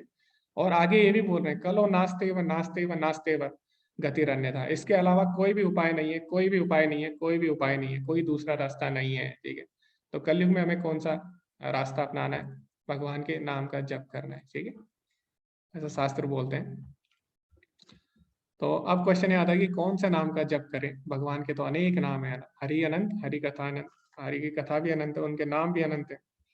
तो इसका उत्तर भी शास्त्रों में मिलता है हमें। तो जो कलि संतरण उपनिषद है उसमें आता है, हरे कृष्ण कृष्ण कृष्ण हरे हरे, हरे राम राम राम हरे हरे, इति षोडशक नाम नाम कलि कलमश नाशनम, न त परतर उपाय सर्व वेदेशु दृश्यते। तो जो ब्रह्मा जी बोलते हैं, जो हरे कृष्ण महामंत्र है, जो ये 16 शब्दों का जो ये नाम है, ठीक है, कलि कलमश नाशनम, ये क्या करेगा, कलयुग में कलमशों का नाश करेगा। न त परतर उपाय, इसके अलावा कोई भी उपाय नहीं है। सर्व वेदेशु दृश्यते, मैंने सारे वेद छान मारे। तो ये ब्रह्मा जी स्वयं बोल रहे हैं, ठीक है। तो ब्रह्मा जी के 4 सर है और हमारा एक ही सर है ना, हमारी बुद्धि भी सीमित है। तो ब्रह्मा जी जिनके 4 सर है, जिनकी बुद्धि अपार है, जो पूरे बुद्धि तत्व से बने हुए हैं, ठीक है, वो ये बात बोल रहे हैं कि मैंने सारे वेद छान मारे, जो कि सबसे बड़े ज्ञाता माने जाते हैं वेदों के। तो वो स्वयं बोल रहे हैं कि कलयुग में क्या है, हरे कृष्ण महामंत्र का जप करना है, ठीक है। तो इसीलिए वैसे हम इसके बारे में पहले भी चर्चा कर चुके हैं। तो जो लोग अभी नहीं कर रहे हैं वो लोग इसको आरंभ कर सकते हैं, ठीक है, हरे कृष्ण महामंत्र का जप कर सकते हैं। और इसमें ज्यादा समय भी नहीं लगता है, इसमें आपको 7 मिनट लगेगा एक माला करने में। तो आप एक माला से आरंभ करिए, ठीक है। इस तरह हम भगवान की सेवा आरंभ कर सकते हैं। तो अब ये प्रसंग आता है ये श्रीमद् भागवतम में। तो श्रीमद् भागवतम में जब जो सुखदेव गोस्वामी है वो कलयुग के लक्षणों के बारे में बताते हैं, ठीक है, और बताते हैं कि कलयुग में किस तरह से जीवात्माएं होंगी। तो अल्पायुषा, उनकी आयु कम होगी, मंदा, बहुत ही आलसी होंगे, सुमंद मतयो, ठीक है, उनकी बुद्धि भी कम होगी, मंद भाग्य, उनका भाग्य भी कम होगा, ठीक है, उपद्रता, आपस में झगड़ालू होंगे। तो इस प्रकार कलयुग के विषय में बताते, अनेक अनेक बातें बताते। तो इसको सुनने के बाद फिर जितने भी ऋषिगण होते हैं, ठीक है, वो भी ये प्रश्न पूछते हैं। और जो परीक्षित महाराज होते हैं उनका भी ये प्रश्न होता है कि कलयुग में इतनी बुराई बढ़ जाएंगी तो फिर जीवों का उद्धार कैसे होगा, ठीक है। तो जो सुखदेव गोस्वामी है, जो श्रीमद् भागवतम बोलते हैं, वो क्या बोलते हैं, मेरे प्यारे राजा, हालांकि कलयुग दोषों से भरा हुआ है, फिर भी इस कलयुग के बारे में एक अच्छी गुणवत्ता है, ठीक है। वो बोल रहे हैं कि कलयुग में भले ही लाखों दोष हो, लेकिन कलयुग में एक बात है वो बिल्कुल सही है, मतलब बहुत अच्छी है। वो क्या है, वो यह है कि हरे कृष्ण महामंत्र का जप करने से व्यक्ति भौतिक बंधन से मुक्त हो सकता है और आध्यात्मिक लोक में पदोन्नत हो सकता है। तो बोले कलयुग में भले ही लाख बुराई हो, लेकिन उसमें एक अच्छा गुण है, वो है कि इसमें केवल भगवान का नाम लेने से ही सबका उद्धार हो जाएगा। तो इसीलिए जो बड़े बड़े ऋषि मुनि हैं वो भी चाहते हैं कि हम लोग कलयुग में हो, ठीक है। क्यों? क्योंकि उसमें हमें इतनी बड़ी तपस्या नहीं करनी पड़ेगी, केवल भगवान का नाम लेंगे और उसी में हमारा उद्धार हो जाएगा। तो एक कलयुग के लिए एक वरदान है, ठीक है। लेकिन हमसे वो भी नहीं हो रहा है ना, हमको ये भी भारी लग रहा है, ठीक है। तो इसीलिए भगवान ने क्या किया, जो विधि है उसको आसान कर दिया। क्यों? क्योंकि भगवान को पता है कलयुग के लोगों के लिए यही बहुत कठिन होगा। तो इसीलिए हमें क्या करना है, हमें भगवान के नाम का जप करना है डेली, ठीक है। और जैसे कि हमने पहले भी चर्चा की कि भगवान आगे भगवत गीता में बोलेंगे, यज्ञा नाम जप यज्ञो अस्मि, कि समस्त प्रकार के यज्ञों में मैं कौन सा यज्ञ हूँ, मैं पवित्र नाम का जप हूँ, ठीक है। सारे प्रकार के यज्ञों में मैं जप यज्ञ हूँ। तो भगवान जप यज्ञ को संबोधित करते हैं। तो हमें हरे कृष्ण महामंत्र का जप करना है, ठीक है। और उससे पहले हमें क्या करना है, ये मंत्र बोलना है, इसको पंचतत्व मंत्र बोलते हैं। जय श्री कृष्ण चैतन्य प्रभु नित्यानंद श्री अद्वैत गदाधर श्रीवासादि गौर भक्त वृंदा। तो यहाँ पे जो आप बीच में देख रहे हैं, यहाँ पे 5 लोगों का नाम लिया गया है, जय श्री कृष्ण चैतन्य। तो सबसे पहले श्री कृष्ण चैतन्य, ठीक है, बीच में है। तो जो चैतन्य महाप्रभु है उन्होंने क्या किया, अभी तो हम देख रहे हैं कि प्रभुपाद जी ने भगवान के नाम का प्रचार किया, लेकिन ये आंदोलन पहले ही शुरू हो चुका था 500 साल पहले। तो उसको किसने आरंभ किया, चैतन्य महाप्रभु ने। तो चैतन्य महाप्रभु ने अपने पार्षदों को बोला, ठीक है, सुनो सुनो नित्यानंद, सुनो हरिद्वास, है ना, प्रभु रो आज्ञा करो सर्वत्र प्रकाश, प्रति घर घर गए मांगो यही भिक्षा, बोलो कृष्ण भजो कृष्ण करो कृष्ण शिक्षा। तो उन्होंने अपने पार्षदों को बोला, हर एक घर में जाओ, सबके पैर पड़ो, ठीक है, सबके चरणों में गिरो और उनसे बोलो कि भगवान का नाम लो, भगवान का नाम लो, क्योंकि कलयुग में यही उपाय है, ठीक है। तो इस प्रकार चैतन्य महाप्रभु ने हरि नाम का प्रचार 500 साल पहले ही आरंभ कर दिया था। तो इसीलिए हम क्या करते हैं, जब भी हरे कृष्ण महामंत्र का जप करते हैं तो सबसे पहले हम चैतन्य महाप्रभु और उनके पार्षदों को प्रणाम करते हैं, ठीक है। तो जो बीच में है वो कौन है, चैतन्य महाप्रभु है। और इधर कौन है, नित्यानंद, ठीक है। तो कल नित्यानंद त्रयोदशी भी है, ठीक है, और कल नित्यानंद का प्राकट्य दिवस भी है। तो कल बहुत बड़ा उत्सव मनाया जाता है इस्कॉन में। तो फिर हम इनको प्रणाम करते हैं, उसके बाद हम अद्वैत आचार्य को प्रणाम करते हैं, और इसके बाद गदाधर पंडित, और इसके बाद श्रीवास, ठीक है। तो ये चैतन्य महाप्रभु और उनके पार्षद है, जिनके कारण आज हरिनाम हर जगह फैल पा रहा है। तो उसके बाद जब हमें ये मंत्र बोलना है तो ये मंत्र मन में नहीं बोलना, या फिर बहुत ज्यादा चिल्लाते हुए भी नहीं बोलना। इसे क्या करना, हमें थोड़ा जोर से जप करना है, ठीक है, मन ही मन में नहीं करना। इससे क्या होता है, जब हम जोर से जप करते हैं तो एक तो हम उस पर ध्यान भी कर सकते हैं, है ना, अपनी ध्वनि पे हम ध्यान भी लगा सकते हैं, और भगवान के नाम में कोई अंतर नहीं है। इसीलिए हमें क्या करना है, भगवान का जो नाम है उस पर ध्यान लगाना है जब हम बोलेंगे। और जब हम भगवान के नाम का जब हम करते हैं, जो बोल के करते हैं, तो बोल के करने से क्या होता है, जो हमारे आसपास और भी जीव है उनको भी लाभ मिलता है, ठीक है। तो इससे केवल आपका उद्धार नहीं होता, आपके आसपास और जीव है उनका भी उद्धार होता है। आगे क्या करना, हमें प्रत्येक नाम का अलग अलग उच्चारण करना है। तो हमें ऐसा नहीं कि हरे कृष्ण कृष्ण कृष्ण हरे हरे हरे राम राम राम राम हरे, ऐसे नहीं बोलना। हमें स्पष्ट रूप से बोलना है, ठीक है। हरे कृष्ण कृष्ण कृष्ण हरे हरे, हरे राम राम राम हरे हरे। तो स्पष्ट बोलना है, एक एक शब्द को अलग अलग बोलना है, ठीक है, अच्छे से बोलना है। उसके बाद जब हम जप कर रहे हैं तो हमारा भाव क्या होना चाहिए, है ना, बहुत ज्यादा गुस्से में नहीं, हरे कृष्ण ऐसे नहीं, ठीक है, और बहुत ज्यादा सोते हुए भी नहीं, हरे कृष्ण। तो हमें क्या करना है, जप जो लेना है, क्योंकि जब हम जप कर रहे हैं, भगवान का नाम ले रहे हैं, तो भगवान नाम अवतार के रूप में हमारी जीवा पर प्रकट हो रहे हैं, ठीक है। तो अगर हम भगवान को बुला रहे हैं तो कैसे बुलाना है? सम्मान के साथ, ठीक है। तो जब हमें कैसे करना है? सम्मान के साथ करना है, भक्ति के साथ करना है और एकाग्रता के साथ करना है।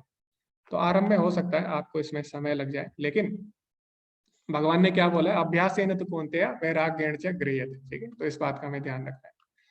तो आगे हम पढ़ते हैं, इसमें प्रभुपाद जी क्या बोलते हैं। एक व्यक्ति जो आध्यात्मिक रूप से जिज्ञासु है, वह सबसे बुनियादी प्रकार की सेवा में सबसे बुनियादी प्रकार की सेवा में शुरू होता है, जो कर्म योग है। अपनी क्षमता के अनुसार जब वह प्रभु के लिए कार्य करता है, तो सबसे पहले जो हमने योगा लेटर है उसी के बारे में बता रहे हैं। योग की जो सीढ़ी है, सबसे पहले हम कर्म योग करते हैं, ठीक है, भगवान के लिए कार्य करना आरंभ करते हैं। इसका अभ्यास करते हुए वह ज्ञानियों से मिलता है और ज्ञान योग में जुड़ जाता है। तो जब हम भगवान के लिए कार्य करते हैं, उसके बाद हम उनके विषय में ज्ञान प्राप्त करते हैं धीरे धीरे, और उस ज्ञान को हम ग्रहण कर पाते हैं।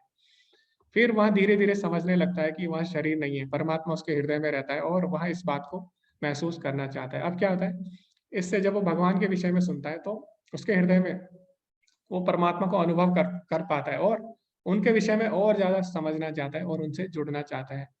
फिर अंत में क्या होता है, वह कृष्ण के समक्ष समर्पण कर देता है और भक्त बन जाता है और सबसे उच्च योग साधना में सम्मिलित हो जाता है। तो इसे क्या बोलते हैं? भक्ति योग। तो ये हम इसके बारे में पहले भी चर्चा कर चुके हैं विस्तार से। तो इसी के साथ ये अध्याय समाप्त होता है और अंत में प्रभुपाद जी इस अध्याय के क्या बोलते हैं वो भी हम पढ़ते हैं। भक्ति योग समस्त योगों की परिणति है। अन्य योग तो भक्ति योग में भक्ति तक पहुंचने के साधन मात्र है। योग का वास्तविक अर्थ है भक्ति योग। अन्य सारे योग भक्ति योग रूपी गंतव्य की दिशा में अग्रसर होते हैं। कर्म योग से लेकर भक्ति योग तक का लंबा रास्ता आत्म साक्षात्कार तक जाता है। निष्काम कर्म योग इस रास्ते का आरंभ है। कोई विरला भाग्यशाली ही वैदिक विधान के अनुसार भक्ति योग के पथ को स्वीकार करके कृष्ण भावना भावित हो पाता है। आदर्श योगी श्याम सुंदर कृष्ण पर अपना ध्यान एकाग्र करता है। तो यहाँ पे भगवान ने बोला कि जो योगी है वो किस पे ध्यान करता है? भगवान पे। देखे, तो ऐसे नहीं है वो ज्योति पे ध्यान कर रहा है या किसी नुकीली चीज पे ध्यान करता है, वो भगवान पे ध्यान करता है। उनके अंगों को प्रदीप्त करने वाली उनकी ज्योति ब्रह्म ज्योति कहलाती है। तो कई लोग ज्योति पे ध्यान करते हैं, उनको लगता है कि जो भगवान है वो ज्योति है। नहीं, लेकिन जो ज्योति है वो क्या है? भगवान के शरीर का तेज होती है। ठीक है, तो कई लोग बोलते हैं कि जो निराकारवादी है विशेषतर, वो भगवान को ज्योति के रूप में मानते हैं। तो जो ज्योति है वो क्या है? भगवान के शरीर का तेज है, जिसको ब्रह्म ज्योति बोलते हैं। ठीक है, तो इसमें आएगा आगे, भगवान बोलेंगे ब्रह्मणो ही प्रतिष्ठा हम, कि जो निराकार ब्रह्म ज्योति है वो उसका आधार मैं ही हूँ। ठीक है, ऐसा भगवान बोलेंगे आगे भगवत गीता में। तो आगे प्रभुपाद जी क्या बोलते हैं? वह राम, नरसिंह, वराह तथा श्री भगवान कृष्ण जैसे विभिन्न रूपों में अवतरित होते हैं। वे सामान्य व्यक्ति की भांति माता यशोदा में पुत्र रूप में जन्म ग्रहण करते हैं और कृष्ण, गोविंद तथा वासुदेव के नाम से जाने जाते हैं। वे पूर्ण बालक, पूर्ण पति, पूर्ण सखा तथा पूर्ण स्वामी है और वे समस्त ऐश्वर्यों तथा दिव्य गुणों से ओतप्रोत हैं। जो श्री भगवान के इन गुणों से पूर्णतः अभिज्ञ रहता है वह सर्वोच्च योगी कहलाता है। योगी की यह सर्वोच्च दशा केवल भक्ति योग से प्राप्त की जा सकती है, जिसकी पुष्टि वैदिक साहित्य से होती है।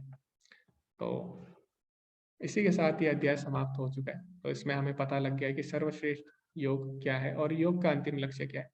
तो कल से हम भक्ति योग आरंभ करेंगे, भक्ति योग के जो अध्याय हैं। ठीक है, ओके, किसी का कोई प्रश्न है तो आप लोग पूछ सकते हैं। विनोद शर्मा प्रभु जी बोल रहे हैं मैं भी भगवान का बच्चा हूँ। जी जी, सभी भगवान के बच्चे हैं और भगवान बोलते भी है भगवत गीता में, पिता हम अस्य जगतो माता दाता पिता माँ, की ये जो जगत है इसका पिता भी मैं हूँ और माता भी मैं हूँ। ओके, एकादशी व्रत खोलना चाहिए, क्या खाना चाहिए? तो एकादशी व्रत आप चावल खा के भी खोल सकते हैं। जिसको जो कहीं बाहर है, जिसको समय नहीं मिल पा रहा, तो एक चावल का दाना अपने साथ रख सकते हैं और उससे भी खोल सकते हैं। और या फिर बाकी जो लोग हैं वो विधि विधान से खोल सकते हैं। भगवान को कोई ऐसी चीज लगाए जो एकादशी में नहीं खाते, जैसे चावल, रोटी, ये सब, ठीक है, हलवा, इसके बाद आप उससे भी खोल सकते हैं। ओके, भक्ति मार्ग में आगे बढ़ना है तो क्या प्याज लहसुन छोड़ना पड़ेगा? जी, बहुत चीजें हमें छोड़नी पड़ती है भक्ति, क्योंकि हमें नियम के हिसाब से करनी है। भगवान यही बोलते हैं कि एकांत की हरिर भक्ति उत्पात एवं कल्पते। ठीक है, श्रुति स्मृति पुराण आदि पंचरात्र विधि बिना। तो जो भक्ति श्रुति स्मृति पुराण और पंचरात्र विधि के बिना की जाती है, ऐसी भक्ति क्या करती है? समाज में उत्पात मचाती है। तो भक्ति के भी कुछ नियम है, वो हमें फॉलो करने होते हैं। लेकिन अभी आपसे कोई प्याज लहसुन छोड़ने को नहीं बोल रहा है। अभी आपको क्या करना है? केवल भगवान का नाम लेना है, ठीक है। अभी जितने भी लोग हैं, क्योंकि अभी बहुत लोगों ने स्टार्ट किया है ना, एक साथ नहीं होती सारी चीजें, तो अभी आपको कुछ नहीं छोड़ना, अभी बस आप भगवान का नाम लीजिए। धीरे धीरे आपके मन में खुद ये विचार आएगा, ठीक है, क्या छोड़ना चाहिए क्या नहीं छोड़ना चाहिए। क्यों? क्योंकि भगवान आपको गाइड करेंगे फिर क्या करना है क्या नहीं करना। तो अभी आप बस भगवान का नाम लीजिए, ठीक है, फिर आपको पता लग जाएगा क्या छोड़ना है क्या नहीं छोड़ना, और आपको भगवान शक्ति देंगे, उस चीज की सामर्थ्य देंगे कि आप वो कर पाए। ओके, तो ये चैट में मैं पढ़ रहा था। अभी हम लोग जिनके हैंड रेस है उनसे भी हम पूछते हैं। ओके, सपना माता जी कुछ पूछना चाहती है। हरे कृष्णा सपना माता जी। हरे कृष्ण प्रभु जी। जी माता जी। प्रभु जी, माधवाचार्य के विषय में मैंने जाना, तो मैं जानना चाहती हूँ कि उनके विषय में आप थोड़ा सा जाने, मतलब उनका नाम अभी पता चला है, तो उनके विषय में थोड़ा बहुत बता दीजिए प्रभु जी। जी, तो माधवाचार्य हमारे जो संप्रदाय के मुख्य गुरु हैं, जिन्होंने हमारा संप्रदाय आरंभ किया, और जो ब्रह्म मध्व गौड़ीय संप्रदाय है उसमें मध्वाचार्य के नाम से ही हमारा संप्रदाय है, ठीक है, मध्व संप्रदाय। तो प्रमुख आचार्य है। तो मध्वाचार्य जी का जो जन्म हुआ वो इसीलिए हुआ था कि जो गलत फिलोसॉफीज चल रही थी, ठीक है, गलत सिद्धांत चल रहे थे, तो उनका खंडन करने के लिए। तो जो मध्वाचार्य है उन्होंने द्वैतवाद की नींव रखी। उन्होंने बताया कि जीवात्मा और भगवान अलग अलग है, ठीक है, और जीवात्मा का वास्तविक स्वरूप क्या है, भगवान की भक्ति करना। तो मध्वाचार्य जी ने क्या किया, भक्ति का प्रचार किया, ठीक है। तो उनके बारे में जितना बोलूं उतना कम है वैसे, क्योंकि बहुत समय लग जाएगा अगर एक एक चीजें बताएं। तो आप ये लगा लीजिए उन्होंने भक्ति आंदोलन आरंभ कर दिया था, ठीक है, बहुत साल पहले, 1000 साल पहले। माधवाचार्य जी आपकी आवाज नहीं आ रही है सही से। हरे कृष्णा, आप अपना माइक हटा लीजिए। माधवाचार्य जी को क्या हनुमान जी से रिलेट करते हैं? हाँ, मध्वाचार्य जी को वायु देव का अवतार माना जाता है। तो ऐसा बोला जाता है, भीम, हनुमान और फिर मध्वाचार्य, तो तीनों को माना जाता है। तो उनके बारे में हम माता जी आपकी आवाज नहीं आ रही है सही से, बैकग्राउंड नॉइज आ रहा है बहुत ज्यादा। तो ठीक है, तो मध्वाचार्य जी के बारे में अगर आपको पढ़ना है आप सर्च कर सकते हैं यूट्यूब पे। मध्वाचार्य जी के विषय में बहुत सारे जो भक्त हैं उन्होंने पहले ही बोल चुके हैं बहुत। तो मध्वाचार्य जी के अगर जीवन के विषय में बता दें तो अभी 2-3 घंटे उसी में लग जाएंगे, ठीक है, इतना समय हमारे पास नहीं है अभी। तो आप लोग उसके बारे में, हम लोग एडवांस कोर्स में हम लोग चर्चा कर सकते हैं उसके विषय। ठीक है माता जी। जी प्रभु। जी माता जी आपकी आवाज में कोई दिक्कत आ रही है। ओके, हम लोग आगे बढ़ते हैं। हरे कृष्णा मीनाक्षी माता जी। हरे कृष्ण प्रभु जी। जी जी। मुझे सिर्फ यही पूछना था, एकादशी का व्रत रखते हैं तो उसको किस तरीके से खोलना चाहिए, तो वो आपने बता ही दिया है। जी जी जी, धन्यवाद माता जी। हरे कृष्ण। राधे राधे। जी, आपके माध्यम से सब और लोगों को भी पता लग गया, क्योंकि अभी एकादशी का व्रत खोलना होगा सबको। हरे कृष्णा कालीचरण प्रभु जी। हरे कृष्णा प्रभु जी। मैं थोड़ा सा ये पूछ रहा था प्रभु जी, जैसे ना जो विष्णु पुराण में दिया है षड युक्त, उस हिसाब से कृष्ण भगवान हो गए और ब्रह्मा तक उनका जीवन है, तो वो भगवान की श्रेणी में नहीं आते हैं। लेकिन जो शिव है वो शिव तत्व है, वो किस श्रेणी में आते हैं? जी जी जी, तो शिव जी भी भगवान के गुणावतार है। एक्चुअली जब भगवान एक्सपेंड करते हैं तीन में, ब्रह्मा विष्णु महेश में, तो सबका कार्य अलग अलग होता है और दोनों में कोई अंतर भी नहीं है। तो अगर हम ब्रह्म संहिता पढ़े तो उसमें दिया गया है कि क्षीरम यथा दधि विकार विशेष योगात संजायते नाही तत पृथगस्ति हेतु, ठीक है, यह संभूताम अपि तथा समुपेति कार्य गोविंदम आदि पुरुषम तमहम भजामि। तो उसमें बोला गया कि जिस प्रकार दूध क्या होता है, दूध दही में बदल जाता है, ठीक है, तो है तो दोनों एक ही है ना, दूध और दही एक ही है और अलग भी है। क्यों? क्योंकि दोनों के कार्य अलग अलग है। तो जब अगर आपका पेट खराब हो तो आप दूध नहीं पी सकते हैं ना, आप क्या उस समय दही पियोगे। तो दोनों है एक ही, लेकिन दोनों के कार्य अलग अलग है। इसी प्रकार क्या है, जो शिव जी का रूप है वो भी भगवान का ही स्वरूप है, लेकिन उसमें क्या है, उसका कार्य अलग है, ठीक है। तो ऐसा ब्रह्म संहिता में बोला गया है, तो इसीलिए हमें उसमें ज्यादा भेद नहीं करना चाहिए। तो शिव तत्व अलग है, हाँ ना, विष्णु तत्व है, शिव तत्व है, दोनों एक भी है अलग भी है, ठीक ठीक है प्रभु। है जी। कार्य दोनों के अलग अलग होते हैं।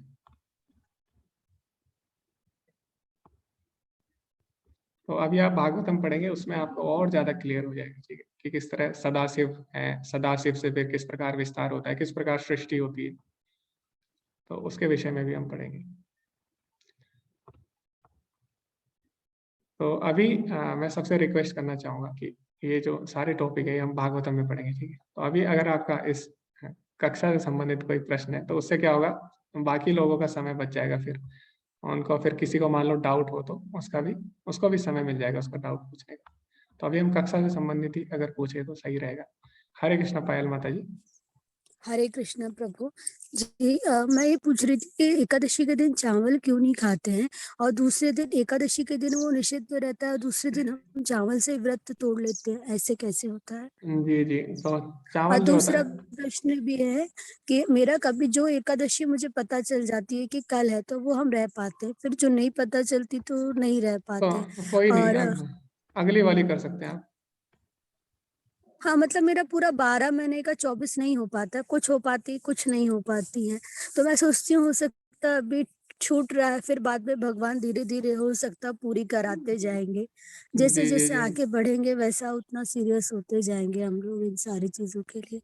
जी जी, तो पहले हमें प्रयास करना है और धीरे धीरे हमारा मन स्थिर हो जाएगा। तो भगवान यही बोल रहे हैं, अभ्यास से नित्य कौनते हैं वैराग्येण च गृह्यते। तो यही इसमें अध्याय में बोला गया, हमें अभ्यास नहीं छोड़ना चाहिए।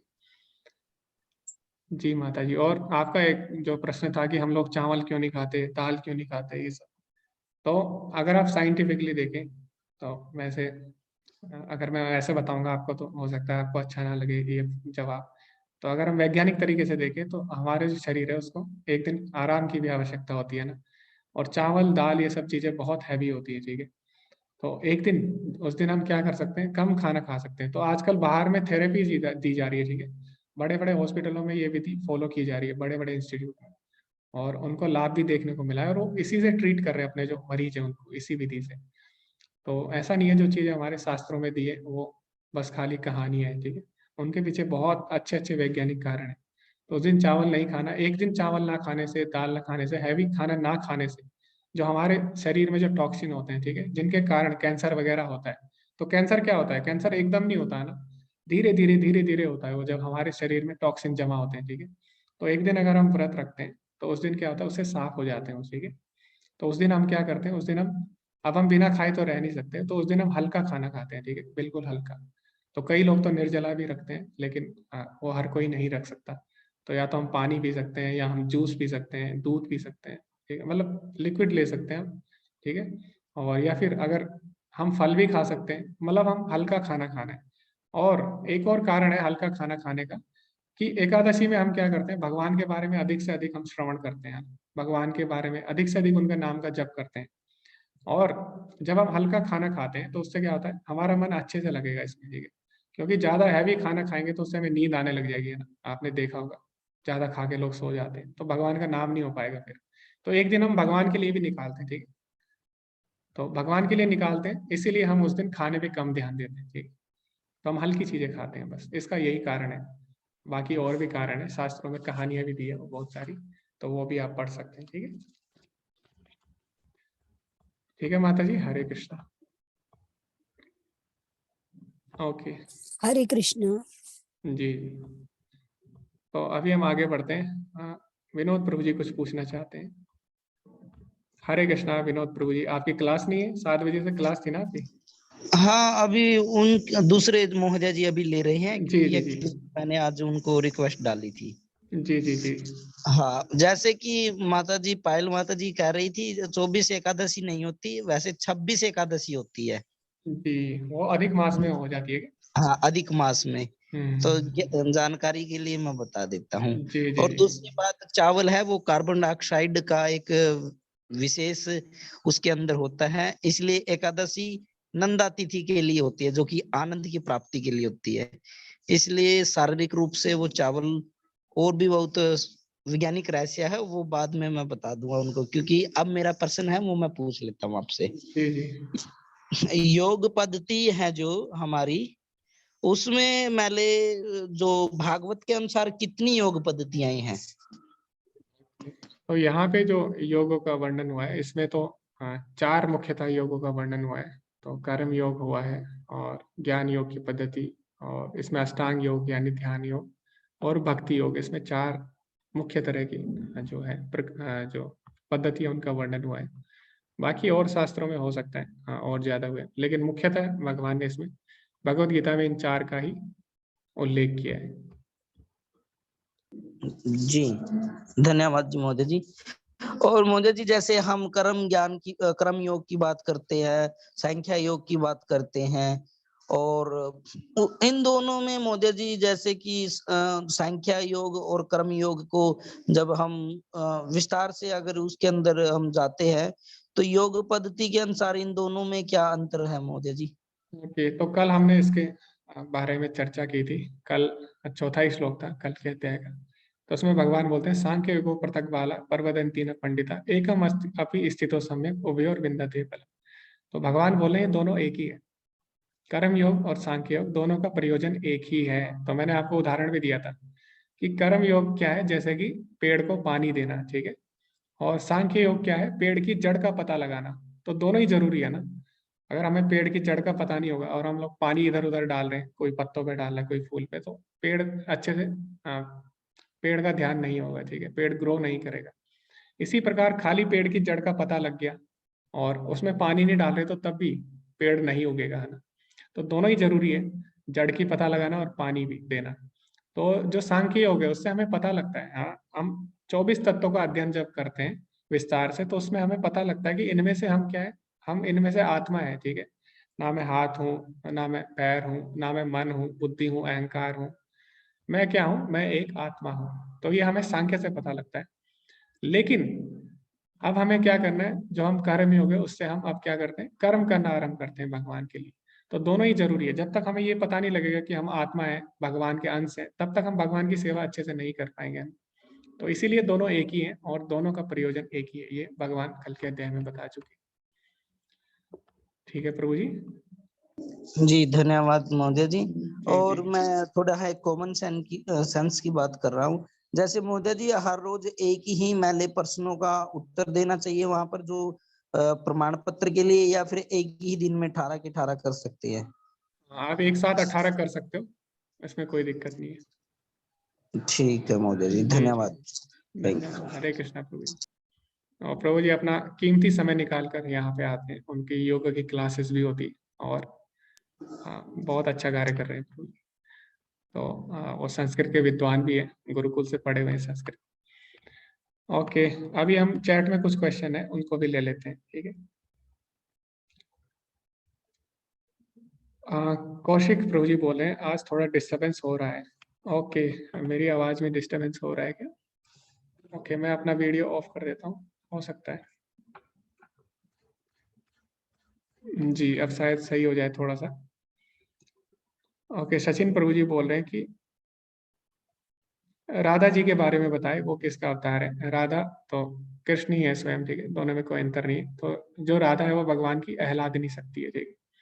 तो भगवान और उनकी शक्ति शक्तिमान हमेशा एक ही है, एक साथ रहते हैं। तो अगर हमें और चीजों के बारे में चर्चा करनी है तो ऐसे बहुत सी चीजें हैं, ठीक है। एडवांस लेवल जब कोर्स होंगे उसमें हम चर्चा करेंगे, क्योंकि अभी ये जो है 18 दिनों का जो कोर्स है इसमें हम भगवत गीता पे ही हम ज्यादा ध्यान देंगे, ठीक है। क्योंकि इसमें भगवत गीता पे ही हम ध्यान देंगे तब भी हम भगवत गीता को थोड़ा बहुत समझ पाएंगे।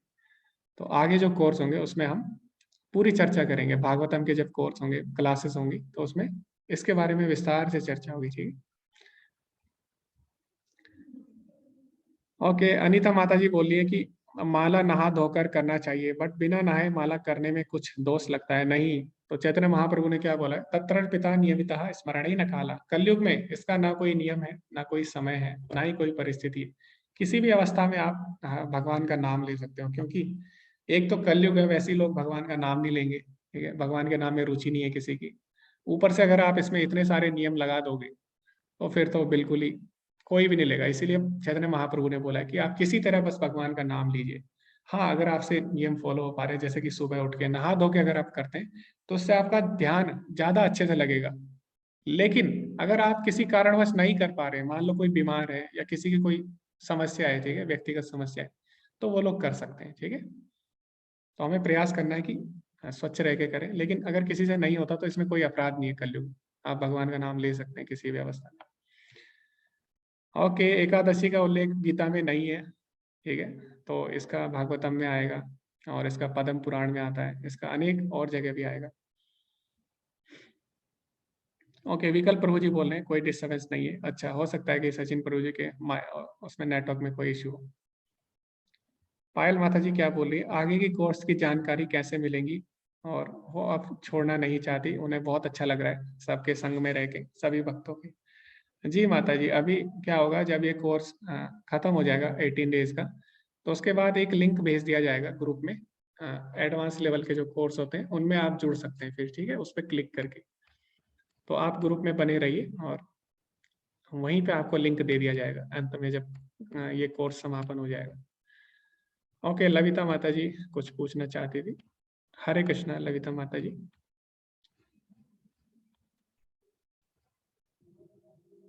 जी आप अनम्यूट करिए। हरे कृष्णा। ओके, लविता माता जी अनम्यूट नहीं कर पा रही है। हरे कृष्णा। ठीक है, फिर हम आगे बढ़ते हैं। माता जी आप चैट में लिख दीजिए, आप अनम्यूट नहीं हो पा रहे। आज के अध्याय का कंक्लूजन यही है कि सबसे श्रेष्ठ योग क्या है, क्योंकि अब तक भगवान 4 तरह के योग बता चुके हैं, तो भगवान अंत में बोलते हैं कि सबसे श्रेष्ठ योग क्या है, भक्ति योग, भगवान की भक्ति सबसे श्रेष्ठ है, ठीक है। योगी नाम अपि सर्वेषां मद्गतेन अंतरात्मा। तो ये आज के अध्याय का कंक्लूजन, ठीक है। हरे कृष्ण प्रभु जी। जी माता जी बोलिए। प्रभु जी मैंने कुछ पूछना नहीं है, मैंने सिर्फ यही पूछना था कि ये अभी बोल रहे हैं ना कि एकादशी का गीता में कोई बात नहीं है, जी जी, लेकिन ये कृष्ण भगवान जी ने अर्जुन को तो एकादशी के दिन ही सुनाई थी ना। लेकिन वो गीता में उल्लेख नहीं है ना उसका, तो महाभारत में। हाँ जी हाँ जी। वो बात सही है आपकी। जी जी, ये तो वो जी हाँ, आप बात सही है, मोक्षदा एकादशी के दिन भगवत गीता बोली गई है, लेकिन इसका उल्लेख गीता में नहीं है, वो महाभारत में या अन्य शास्त्रों में, ठीक है। हाँ जी हाँ जी। हरे कृष्ण। ओके, तो अभी हम मनीष प्रभु जी कुछ पूछना चाहते हैं। हरे कृष्णा मनीष प्रभु जी। हरे कृष्णा प्रभु जी। जी जी जी प्रभु जी, विरला शब्द का प्रयोग हुआ है इसमें अध्याय के अंत में। जी जी तो जी विरला शब्द का जहाँ तक मुझे पता है कि विरला मतलब कोई जो एक दीवाना कहते हैं हम, लेकिन दीवाना नहीं कैसे नहीं, भगवान के लिए, भगवान के विरला लिए जो विरला मतलब दीवाना नहीं है। विरला मतलब है बहुत ही दुर्लभ है ऐसे लोगों का मिलना। बोलते हैं ना, कोई एक विरला ही होगा जो इस चीज को करेगा, यानी कोई एक बहुत ही मुश्किल से होगा कोई एक। जी जी जी, या फिर जिसके ऊपर भगवान की बहुत अत्यंत कृपा होती है, मतलब बहुत कम लोग ऐसे होते हैं जो जी मतलब नियम है या जो भी गीता को अच्छे से फॉलो करते हैं, तो मतलब उसका मतलब वही जी जी जी, वो बहुत कम है, मतलब बहुत ही दुर्लभ है ऐसे लोगों का मिलना, बहुत ही विरले जी हैं। जी तो जी प्रभु, तो कल के वही अध्याय कंसेप्ट। में जी जी, कल के अध्याय में भगवान बोलेंगे 30वें श्लोक में 7वें अध्याय के, मनुष्याणाम सहस्रेषु कश्चित् यतति सिद्धः, कि 1000 लोगों में से कोई एक ही है जो सिद्धि के लिए प्रयत्नशील करता है भगवान से जुड़ने के लिए। जी जी प्रभु प्रभु। जी। ओके, तो ठीक है, धन्यवाद प्रभु जी। तो अभी हम आगे बढ़ते हैं और इस कोर्स ऐसे जो कक्षा है इसका समापन करते हैं। तो अब शायद किसी का कोई प्रश्न नहीं है, तो अभी हम वैष्णव प्रणाम मंत्र बोलेंगे। हरे कृष्णा ध्रुव, आप वैष्णव प्रणाम मंत्र बोलिए और इसके बाद हम कक्षा का अंत करते हैं।